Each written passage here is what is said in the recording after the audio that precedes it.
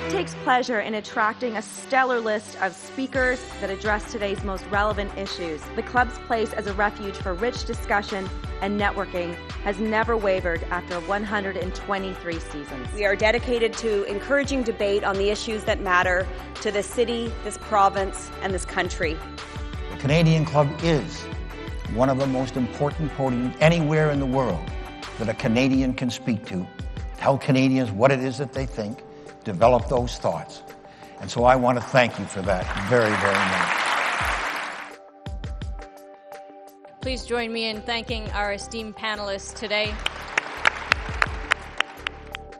Through our programs and events, including our youth and young leaders programs, our diversity partnerships, our joint events, and our media and social media opportunities, we offer you access to dynamic political, social, and business figures from abroad and right here at home.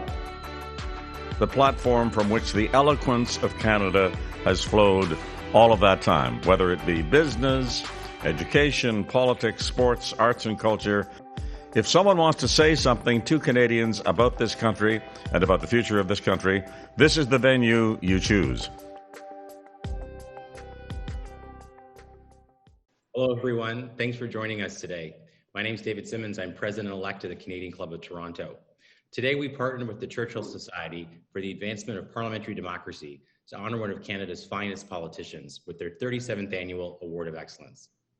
Before we dive in today, here's some information about how you can participate. The click here to switch stream button helps if you find that your internet is slow. The video quality may decrease, but the audio quality will remain strong. The Request Help button, located at the bottom right of your screen, is for technical support. I want to extend a personal thank you to today's event sponsors, Omer's Infrastructure and Tenyo Evangelista, former director of the Canadian Club of Toronto, and Gordon Kaiser Arbitration and Settlement Council, also a longstanding director of the Churchill Society. The Canadian Club is a nonprofit, and we've been gathering people together for 124 years. It's because of our sponsors that we're able to do that. We're grateful for your support of today's discussion. We're also pleased to partner with the Churchill Society for the Advancement of Parliamentary Democracy. The Churchill Society honors the life and legacy of Churchill by having a positive impact on the health of Canadian democracy through education, discussion, and debate. We're honored to be joined by their recipient, the Honourable Ralph Goodale, this year's winner of the Award of Excellence in the cause of parliamentary democracy. After offering remarks, Ralph will sit down for a discussion with none other than David Hurley. David is the principal of the Gandalf Group, but you probably know him from his popular public affairs broadcast, The Hurley Burley. One of the Canadian Club's traditions that hasn't changed in this very different year that we've had is that we toast our country. Usually we do this in person by raising a glass. I'd ask you to join me virtually and raise a glass to Canada. Canada. Before I turn over the podium to Mr. Goodale, I'd like to introduce my friends, actual friends. You know, we say this a lot in public affairs. Oh, my friend Ralph, my friend David. They're actually my friends. And I'll introduce you to my good friend, Cameron from the Churchill Society. Over to you. Thank you, David, and congratulations to you for becoming elected the next president of the Canadian Club of Toronto. And on behalf of the Churchill Society, it's an honor to introduce this year's recipient of the Award for Excellence in the Cause of Parliamentary Democracy, the Honourable Ralph Goodale. As David mentioned, our purpose as a society is to advance the knowledge in Canada of parliamentary democracy through, among other things, the granting of awards to individuals who have demonstrated excellence in this cause. The first award recipient was another long-serving Western MP and from my hometown of Winnipeg, Stanley Knowles. And I think we can all agree, one of the most highly respected Canadian parliamentarians of our time. Last year's recipient was the Honourable David Crombee, whose contribution to our community includes his time in Parliament, as well as other areas of service both before and since his time in Ottawa. If you'd like to know about the work of our society, please visit churchillsociety.org and consider becoming a member. This year's recipient has suffered through many introductions over the course of his distinguished career, so I'm going to keep mine brief. But it's not a stretch to say that today's award rightfully places Ralph Goodale among Canadian political titans. Just to put in some context, this award has been given to 13 federal cabinet ministers, 7 provincial premiers, 4 prime ministers, a Supreme Court Justice, a Lieutenant Governor, a Governor General, and several others who have had distinguished parliamentary careers in the opposition benches. After graduating as a gold medalist in his law school class at the University of Saskatchewan, Mr. Goodale was first elected in 1974 at the age of 24. And this would be one of the first of 9 terms he would serve in Ottawa. In 1981, he then became leader of the Saskatchewan Liberal Party and served in the provincial legislature for 2 years. He then returned to the House of Commons in 1993 as the MP for Wisconsin and has held 6 cabinet portfolios. Agriculture and agri-food, natural resources. He was government house leader. He was Minister of Public Works and Government Services. He was Minister of Finance, where he delivered 2 consecutive balanced budgets, and he was Minister of Public Safety and Emergency Preparedness. Ralph, our society is dedicated to the proposition that we cannot take democratic institutions for granted, that we must be vigilant in reminding people of how fortunate we are to have a Westminster model of parliamentary democracy and to celebrate the caliber of the people who have been a part of our public life. You've been a part of Parliament, Ralph, and the parliamentary tradition for over 3 decades. You're a believer in our traditions and you practice public service with the highest levels of integrity. Today, we take our hats off to you. This is a richly deserved honor. And I can speak for all of us joining today that we would all do well to learn from and live up to the standard of excellence that you've set for us all. And with that, ladies and gentlemen, the Honourable Ralph Goodale, the 37th recipient of the Churchill Society's Award for Excellence in the Cause of Parliamentary Democracy. Congratulations, Ralph. This will be in the mail to you with dispatch. Well, thank you very, very much, both to you, Cameron, and to David. Thank you for this award. Thank you for the event today to celebrate the award. I appreciate both the Churchill Society and the Canadian Club very much. We're living through the year 2020, which most of us will remember as the year from hell. It's been a tough one, but this award today is a very pleasant, bright spot in the midst of what has otherwise been a pretty dismal season, and I thank you. It is a great honor to join a category of people interested in Parliament that range all the way from Stanley Knowles, whom I had the privilege to know personally, to David Crombee, and 35 others in between. Thank you very much. When I was just a young boy, I remember my grandparents' home on Elphinstone Street here in Regina, where my grandpa Goodale kept a bookcase, and in that bookcase, he was an immigrant to Canada from the UK, and inside that bookcase were 8 books that he highly treasured. They were all written by Sir Winston Churchill, most of them dealing with the saga of the Second World War. And I was absolutely fascinated by those books. I was only probably 9 or 10 years old when they first came to my attention, and a bit heavy reading for a kid of that age, but I found them absolutely intriguing. To use some of the words out of this book, which is Roy Jenkins' massive biography about Churchill, begins this way in the inside cover. Winston Churchill is an icon of modern history, but even though he was at the forefront of the political scene for almost 60 years, he might be remembered only as a minor player in the drama of British government, had it not been for World War II. Well, that's quite a caveat to attach. No doubt Churchill was an imperialist, and he demonstrated some of the rather nasty characteristics of imperialism. But for 6 crucial years, he was the world's most important bulwark against Nazi tyranny. And for much of that time, he stood alone and he stood unarmed, except for his incredible ability to use the English language to motivate people, to inspire people, to show leadership and determination at a very critical time in the history of the world. And he used Parliament as a powerful communications tool, the central institution of British democracy. In his day, of course, there were few other alternatives for politics or for public policy outside of Parliament. The House of Commons was the center of everything. Today, of course, Parliament is televised, and because of that, I think it's morphed into a bit of a soap opera that has somewhat diminished its seriousness and its gravitas. And of course, Parliament has to compete now with soap operas and those many others in the multi-channel universe, and far beyond that universe now with social media and the ubiquitous mobile devices of absolutely infinite variety.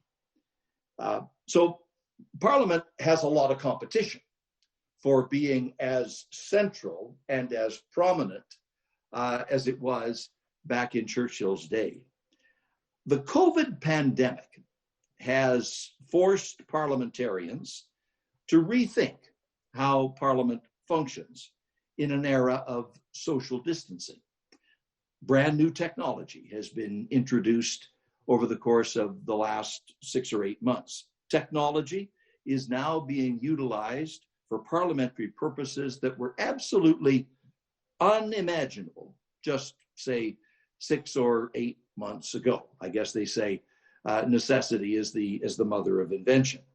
And let's hope that this turns out to be a positive development. One good thing, because of technology and because people are socially distanced and speaking to each other, not face to face in the same room, but with a little bit of technology in between, there's a lot less heckling than there used to be. And that, for one thing, is an improvement. Let's hope the Parliament of Canada makes use of this COVID interregnum to reinvent itself in some new and constructive ways, so it can bolster its productivity, so it can restore its dignity and decorum, and demonstrate its relevance to things that actually makes the lives of Canadians better. And all of that depends fundamentally on the people who are in Parliament, and will they treat each other with ultimate respect. And I think that was Churchill's fundamental characteristics. He could eviscerate his opposition with an anecdote or a stare or a growl, but he always respected the institution. And let's hope that we do the same and never take it for granted. Thank you very much. Wow. Well, thank you, Ralph. That was quite a set of remarks. Very interesting, and I hadn't expected that curveball of a Parliament at the end. Anyway, thanks. So we've known each other for a long time, so we're reasonably familiar with each other. Ralph, it is winter here in my area of Quebec where we are. We've got snow on the ground and it's cold, and I know that if it's winter anywhere, it's winter in Regina. And so it must be winter there too. And Saskatchewan now has COVID for the first time since the pandemic started in a real way. It's being hit. How are you? How's life in Saskatchewan these days? Well, I guess we're all COVIDized. We've been struggling with this thing now for 8 months. I guess it officially became a pandemic about the middle of March, and ever since then, people have been isolated and distanced, and our normal routines have been dramatically changed. And you can tell that the isolation, the disruption is wearing on people. Tempers are a little bit shorter than they otherwise would be. A lot of frustrations and anxiety, especially if you've had people that you know or people who are close to you that have actually been affected by this awful situation. So there's a lot of need for patience and empathy and sympathy for the way this has impacted the human condition across our country and around the world. And we're not by any means out of the woods yet. We think we may be beginning to see the light at the end of the tunnel if all of this news about the vaccines actually comes to pass. We'll see over the course of the next few weeks and months. But for me personally, we're surviving it pretty well. We're in a very fortunate situation compared to a lot of other people. But I think as we took the time to say to each other at the beginning of this 8 months ago, we are all in this together. We do have to have each other's backs. We have to think about what we do and how it affects somebody else, and what that other person may be going through compared to our relatively privileged circumstance. So it's time to spread a little love around and be very conscious and attentive to the needs of other people. Right. Yes. Yeah. I hope Pam heard all that, by the way.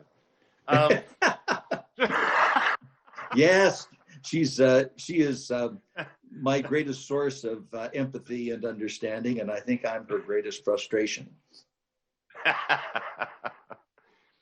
So now listen, you think of Winston Churchill, you think of England, and you have a stronger connection to England than most boys out of Wilcox, Saskatchewan end up with. You are a person who exchanges gifts with the Queen. Well, I think my greatest connection is the grandfather that I spoke about, because when he emigrated from the UK, from Kingston-on-Thames, just outside of London, about where Heathrow Airport is located now, that was 1907, and he got his homestead land just southwest of Rollo, which, if people want to be oriented to that, that's Dog River, the source of the great comedy with Brent Butt. But that's where our farm was located. So that's my personal connection to England. But it's interesting, as a minister, I've had a number of occasions to meet Her Majesty and to visit with her and chat about various things. One time, when I was a cabinet minister of finance, actually, in 2005, she paid an official visit to Saskatchewan on the occasion of Saskatchewan's 100th anniversary of entering Confederation. And it was a very great occasion. A lot of people enjoyed it very much. I was able to host her at a public luncheon in Regina, where there were several hundred people in attendance.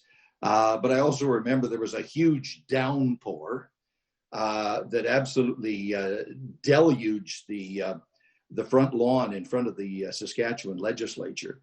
And she was unveiling a statue that's in front of the legislature now, where she is mounted on Burmese, the famous horse that was given to her by the RCMP, and she is in a very dignified way unveiling this bronze statue in the middle of a heavy rainstorm that actually she survived quite well with their little umbrella that was absolutely see-through and heavily, it was kind of a funny shape of an umbrella, so she could be up inside of it perfectly dry, but everybody could still see her. But as I recall on that connection, the Prime Minister, who was in attendance, Paul Martin, slipped on the mud and took a tumble in the middle of this dignified occasion. But that was one time, and she's a grand lady to have a conversation with, and talk about a life of service to not only the United Kingdom, but to the Commonwealth.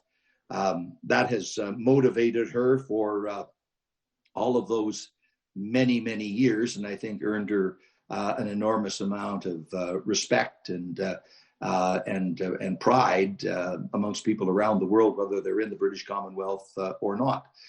She is a symbol of stability and service and dedication to duty, that some old-fashioned values, but values that are very relevant nonetheless.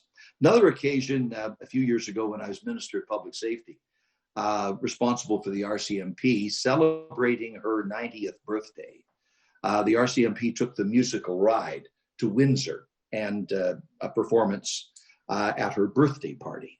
And on that occasion, the commissioner of the RCMP, Bob Paulson, was with me at the time, and we were officially gifting to Her Majesty a horse from the force. And of course, she is a dedicated equestrian, and she is very interested in horses, and she knows the horse business very, very well. So for years, this tradition has gone on where the force gifts a horse to Her Majesty the Queen. The horse produces a foal, and the foal is gifted back to Canada. So there's this constant exchange going on. On this occasion, when we gifted the horse to Her Majesty, the foal was not ready to be gifted back. So instead of the foal, she had a hobby horse constructed for the children of Canada by the Royal Toy Maker. And so when it came her turn to gift something back to Canada, instead of a horse, she was gifting a hobby horse. So there in front of Windsor Castle, we were standing with the musical ride, the Queen, the Commissioner of the RCMP, and this hobby horse. And she says, "You should ride the horse, Commissioner." She, of course, is the honorary Commissioner of the RCMP. So there you have it, where the honorary Commissioner of the RCMP, standing in front of her home, Windsor Castle, is inviting the Commissioner of the RCMP to get on a hobby horse with all the cameras clicking. He does, very bravely, and I have on my phone that precious photograph of Bob Paulson riding a hobby horse in front of Windsor Castle. And as we turned away, it was all over, and the Queen had driven away in her Land Rover, giggling about what had just happened. He leaned over to me and said, "I'm really going to regret this someday, aren't I?" And I said, "Probably, Commissioner, but I have it on my phone." Anyway, yes, I've had those wonderful occasions to meet and visit with Her Majesty, and she is an amazing person, and someone who has done a lot of personal good and personal service in her life. And I hope I may have an opportunity to meet her again soon after we get past all this COVID stuff. Right. So I can't imagine, Ralph, that anybody in Canada knows more about Parliament than you do. You first entered Parliament in 1974 and exited last year. You sat there through a lot of debates. You sat there through a lot of momentous votes. Probably sat there through a lot of tedium. What's important about Parliament? Well, there is a lot of tedium. On occasion, it does tend to drone on. But when Parliament rises to the occasion, it is certainly a magnificent thing to see. And it's worth the boredom and the tedium and sometimes the rancor and the raucousness that occurs on other occasions, too many other occasions, in my opinion. But when you get to those grand moments, it is really something very, very impressive. If you look at it from an historical perspective, and think of over the period from the 1930s to the 1960s, the great presentations that were made in Parliament by, say, Mackenzie King, for example, as he was developing Canada's new labor laws and social security laws, or the speeches given through that period of time by Stanley Knowles, who was very dedicated to bolstering the public pension system for senior citizens. Or that moment when Stephen Harper issued the apology for residential schools, or the moment when Jean Chrétien conferred honorary citizenship on Nelson Mandela, or when Paul Barton ultimately passed the legislation on same-sex marriage.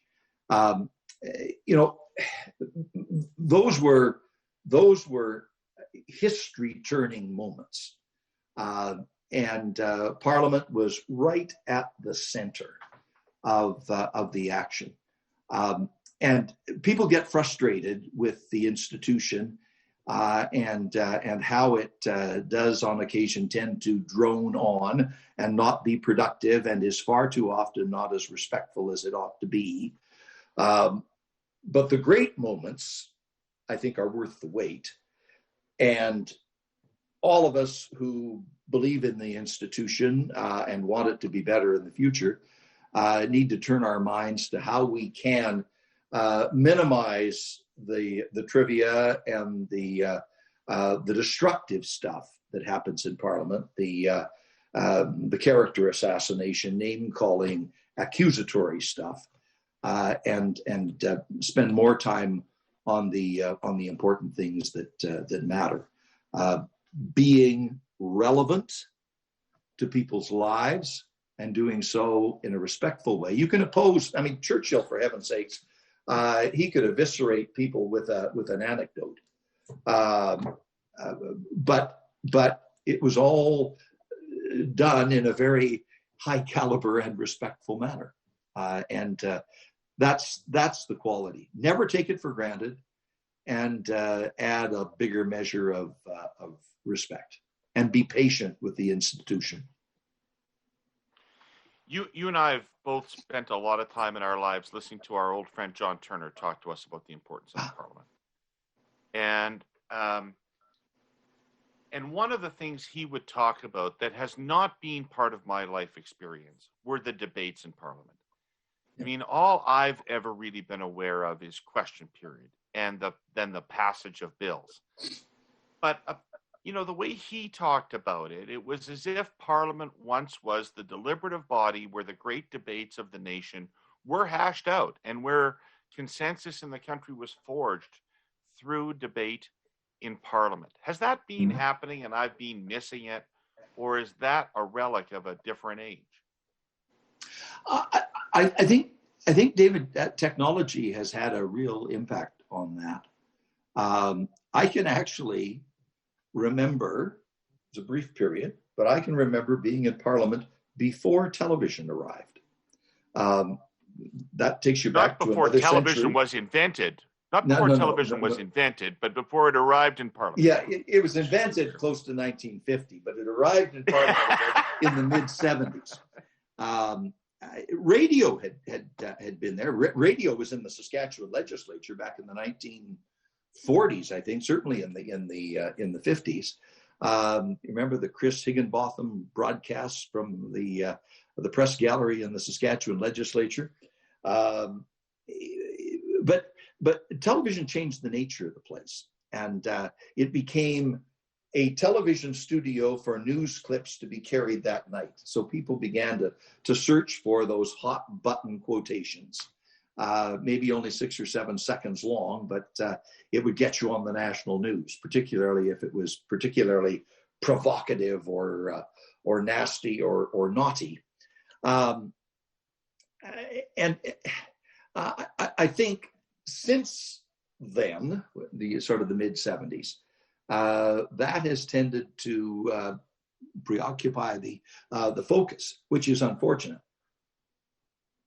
But there are still critically important debates that take place where people actually listen to each other and maybe change their minds in the course of a discussion because of the debate. It's not all pre-canned in advance, but sadly, those moments are pretty rare and far between. And I think if we're going to restore some of that impact and some of that gravitas, it depends on people bringing real quality into the discussion. And from the government's point of view, you also need to be prepared to be flexible. It's your job to propose the items of business that go before the House of Commons. So you raise issues, you introduce legislation.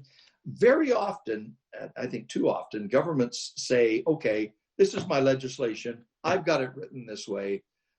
Take it or leave it. We are going to defend every period and every comma that is in this document. It is perfect, and I won't entertain anybody else's point of view. That is setting up two things, sterile debates and greater irrelevance for the institution of Parliament. So I think governments should be prepared when they introduce legislation to hear out the opposition, respond to the questions that they raise, and change their legislation to accommodate as much as possible any of the relevant points that the opposition brings up. So that you say to the opposition, if you are serious, and if you are prepared to really engage in genuine substance and give and take, then your ideas to improve this legislation can in fact come through and be adopted and succeed. I had a piece of legislation before the last Parliament, Bill C-59, to upgrade the security laws. Minister of Public Safety, that was part of my function. So these were dealing with CSIS, the CSE, the RCMP, the way by which our intelligence networks are operated and supervised and so forth. We amended that legislation, I forget how many times, but several times in response to the ideas or the questions or the points of view raised by members of the opposition. So C-59 passed. It was largely the legislation that I had designed based on years of consultation with Canadians. But there were elements in that legislation that were made better because we accepted amendments from the NDP, we accepted amendments from the Conservative Party, from independent members of Parliament. And I think for the good of the institution and for the health of democracy, that's a good thing. Governments don't have to say we're perfect and nothing could be made better. If you have some openness to entertain ideas coming in from the opposition, you can actually come out with good legislation and a healthier Parliament too. Right. One of the other things that you're probably uniquely expert at is the relationship between the executive branch of government and Parliament. Mm-hmm. And how is it possible for Parliament to keep up with the speed and the pace at which the executive branch must move? It's really a challenge. Because take the situation that we're grappling with right now, the whole business around COVID, and the government developing policy on the run. In the course of the last 8 months, the government has probably produced the equivalent of 3 or 4 annual budgets, maybe more. And they've done it all in the space of 8 months. It's been an incredibly intense period. And of course, Parliament was disabled for a portion of that time, simply because of the physical distancing requirements and so forth. That was a real challenge. I think technology can help. We've now demonstrated you don't have to have 338 people in the physical room of the House of Commons all at once in order to do the business of the House of Commons, to have question period, to introduce legislation, to have debates, to have votes and come to a conclusion. You can do it remotely. You can do it through electronic voting. I believe for quite a long time we needed a system of electronic voting, so you don't have these ridiculous situations where Parliament is sitting all night for no particular reason other than to exhaust people and hope that a mistake is going to be made in the sheer exhaustion of the situation. But the world moves a lot faster than it used to. Commercial transactions that used to take a week to complete when you had to move documents and people around the world, you can now do it at the flick of a button. You just push send and it's done. We should try to harness that technology to improve both the speed and the quality of decision making in Parliament. But it is a challenge for Parliament to keep up.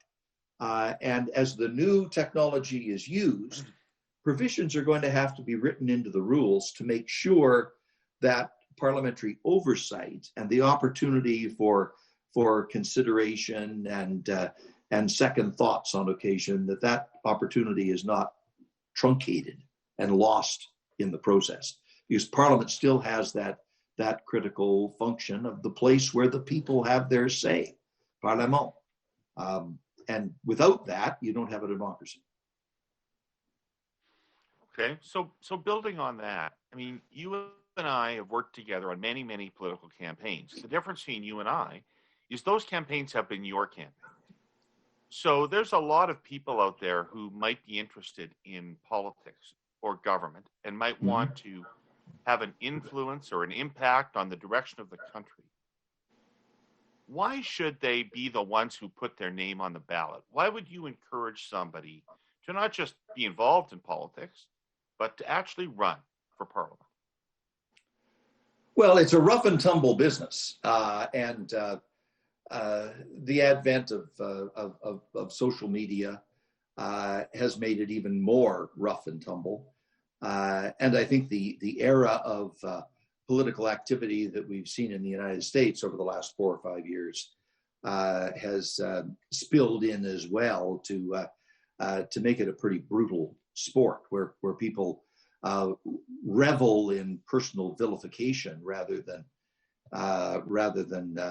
some higher principles. So if you're a bit squeamish, I would suggest not getting into it because, quite frankly, it's tough. But if you do really want to tackle an issue, if you want to get something done, that can be at a local constituency level, something that you really want to do for your friends or your neighbors or your community. It could be bigger things like how do we narrow the gap between the haves and the have-nots? How do we reduce poverty? How do we better tackle environmental challenges while at the same time finding ways to bolster and restore the economies of the resource-producing regions of the country?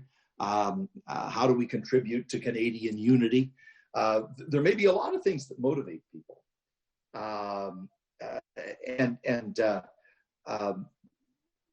it's important that that talent not sit at home and remain hypothetical. So people do need to get involved in the political process and have the courage of their convictions and work really hard to achieve the objectives that they set for themselves. And one key bit of advice is build yourself a team.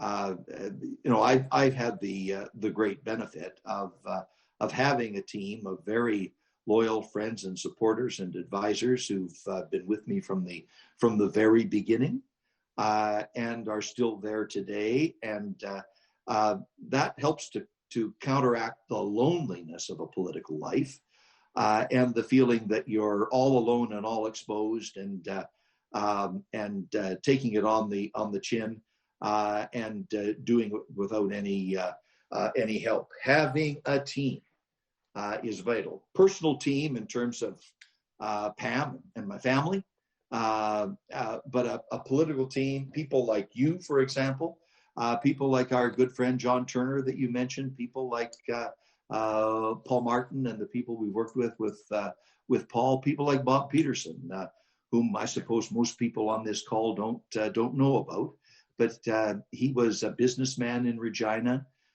He was a senator for a number of years in Ottawa, and he passed away a couple of weeks ago at the age of 83.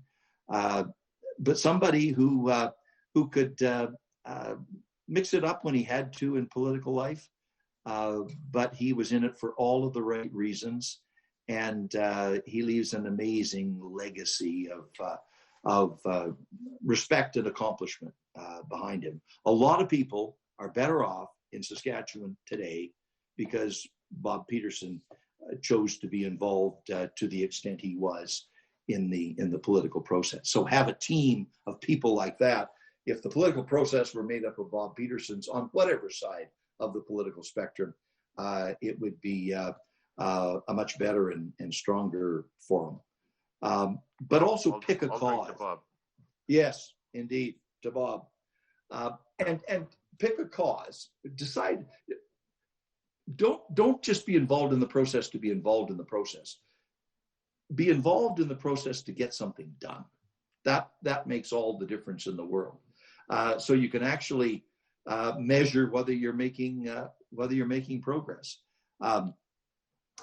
I've had the privilege to work on a lot of great projects over my time in political life, but one very recently, it's been an interest of mine for 50 years, but the political side of it developed in just the last 3 or 4 years, and that is building the better water infrastructure systems across the prairies to convert a greater portion of prairie agriculture from dryland farming to irrigation farming, where you double or triple the productivity of the land. You bring diversification and value-added growth. You have job creation while you're building the infrastructure and irrigation structures. And then you have all of the broader, deeper, more prosperous agriculture that generates economic growth and wealth for years to come. Goes to the question of food security that we've addressed a little bit more sensitively in this period of COVID, and demonstrated how crucial food security is. These water development projects create ultimately over the long term thousands of jobs. They add 3, 4, 5% to the GDP, which we're going to need coming out of COVID to recover the growth that we've lost. And they also give us greater means to cope with the consequences of climate change. And over the last 3 or 4 years, I've tried to champion that cause as much as I could, both in Parliament and since Parliament. And it's beginning to get greater and greater traction. The province of Saskatchewan says that they're interested in participating. The Canada Infrastructure Bank has said they're interested in financing these these projects. They've already started some in Alberta. They can continue to do more in Saskatchewan. And this will help us deal with the aftermath of two crises: COVID, by getting jobs and growth and stimulation, a deeper, broader, more successful kind of agriculture, better food security, and better tools to manage the consequences of climate change. So you grab onto something like that, and I think that becomes your motivation. So you're not there just as a spectator to what other people in the parliamentary process are doing. You're actually championing a cause of your own to get something done. So at the end of the day, you can say, you know, I took that issue and I moved it from there to there, and that's progress, and people are better off as a consequence of that. You have to have that kind of, I think, that driving objective to make time in political life worthwhile.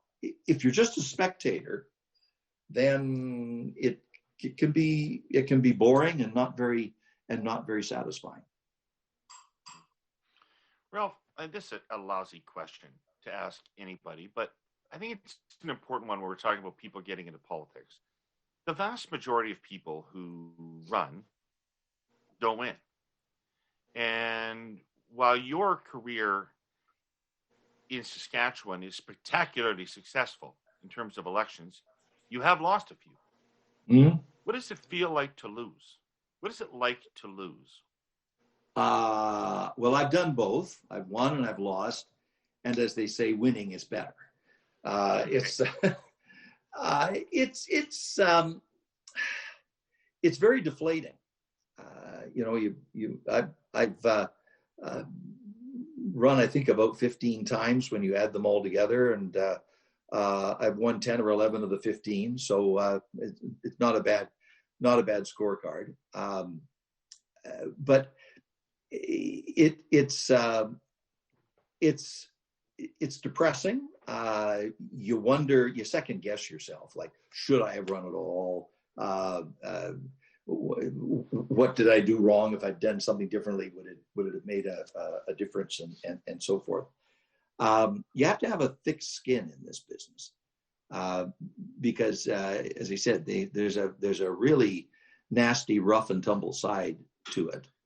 And if you let yourself get obsessed these days with social media and the trolls, and bear in mind that a good portion of that is generated on computers that are in places like St. Petersburg or Tehran.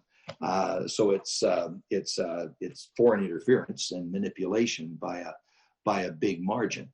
I think advice with social media is when you're tweeting or putting stuff on Facebook, keep yourself on send, and don't pay a lot of attention to the incoming stuff, because most of it will be just gratuitous abuse. On the other hand, that kind of defeats the purpose of social media, where you can have bigger and more dynamic dialogues with a broader cross section of people. So it's a bit of a double-edged sword. But if you have basically maintained your commitment to your own set of principles, then I think you can absorb the slings and arrows that come your way. Keep it all in perspective, and don't become obsessed with the negatives. You need to have the tenacity to hang in there, and fortunately, that's when, for me, the team becomes really important. The people who have helped you succeed when you have, and have stood with you through the thick and the thin, whether those are personal in the sense of family, or more expansive in your circle of friends. That's really important in political life. There's a rare bird like Churchill who can be a bit of a loner and survive it all, almost revel in his singularity. But that's pretty rare in political life. Having a team and having that personal support system is really important to help you get through the tough times.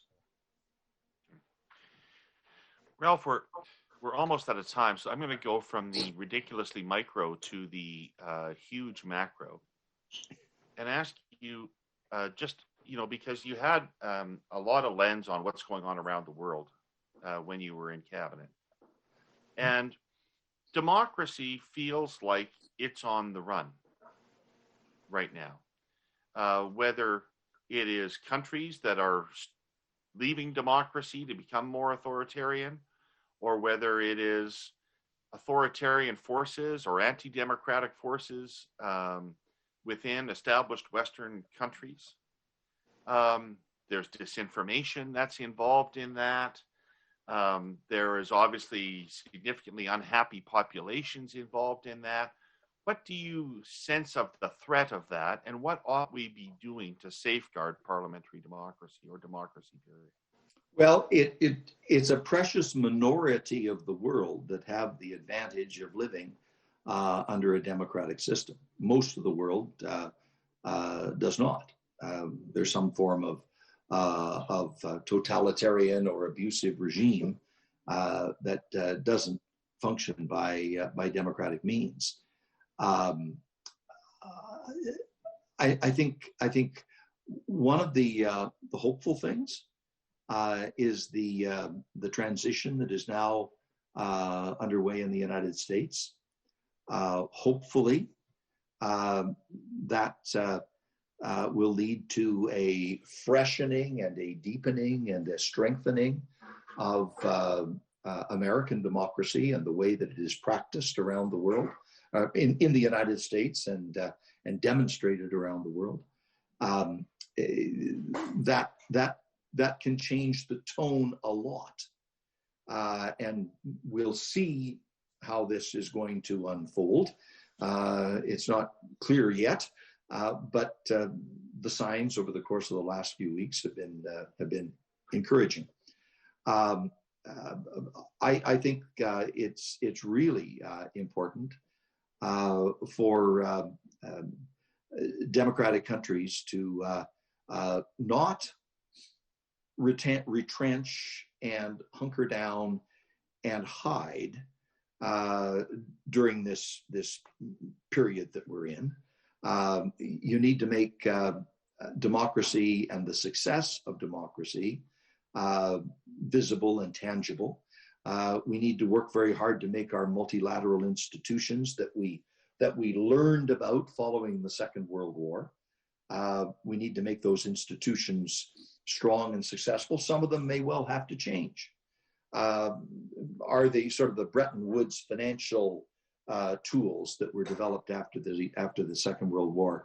Are they still positioned to accomplish the kind of economic progress that the world would want to see? You and I know how much former Prime Minister Paul Martin believes in the G20 as an institution that could overcome some of the moribundness of the United Nations. How can we revitalize the United Nations as a more relevant institution? Taking an interest in multilateralism rather than retrenching just within our own little fiefdoms, that's going to be really critical. Not easy at all. But we have to make the world work. And COVID is going to make it that much more difficult. Our ability to travel, our ability to trade, our ability for people to move around and goods and services, and all of that has been impacted by COVID, which forces us all to retreat a little bit. We're in a really delicate period. And I think Canada and like-minded countries have to treat this very, very seriously. in order to demonstrate that our way of governing ourselves is still valid. Yes, it can be improved. Yes, do we have to learn lessons? Yes, do we have to be better at it? But remember what Churchill was dealing with in the 1940s, and remember that Hitler came to power initially by perfectly democratic means, when people were not paying as much attention as they should have been.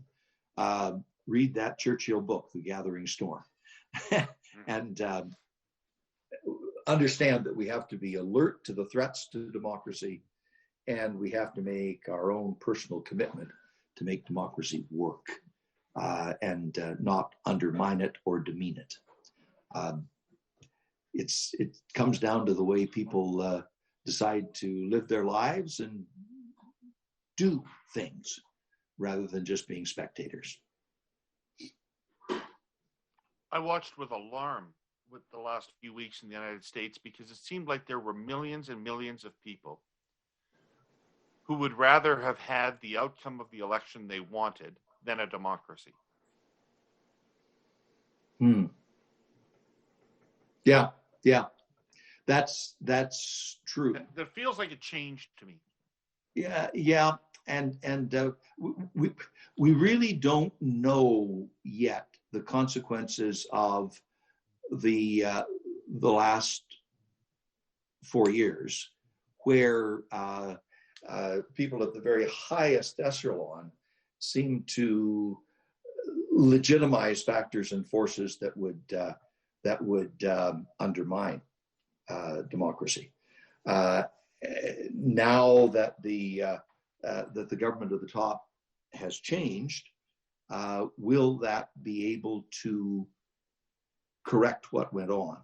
Maybe, but not automatically and not instantly.